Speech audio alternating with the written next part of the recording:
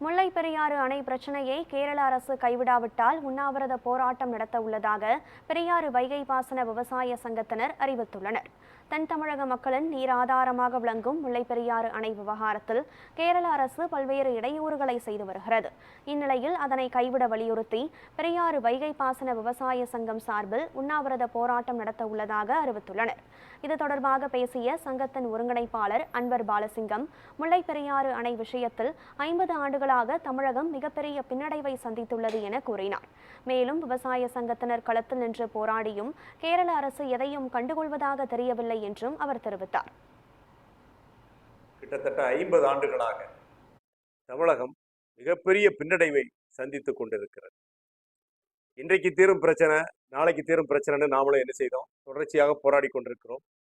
அரசு ஒரு பக்கத்தில் சட்ட போராட்டத்தை உச்சநீதிமன்றத்தில் நடத்துகிறது. விவசாய சங்கங்கள் இந்த களத்தில் நின்று போராடி கொண்டிருக்கிறோம். ஆனால் கேரள மாநில அரசு அது எதையும் கண்டுகொள்வதாக தெரியவில்லை. ஒரு மிகப்பெரிய நெருக்கடியை நோக்கி முல்லை பெரியாறு சென்று கொண்டிருக்கிறது. சூப்பர்வைசரி கமிட்டி வந்தாலும் சரி, சப் கமிட்டி வந்தாலும் சரி, கேரளாவினுடைய ஒரே அஜெண்டா புதிய அணை என்பதாக இருக்கிறது. 2 மாசத்துக்கு முன்னால அரசாங்கம், கேரள மாநில அரசாங்கம் கூட சொல்றாங்க புதிய அணை தான் தீர்வு.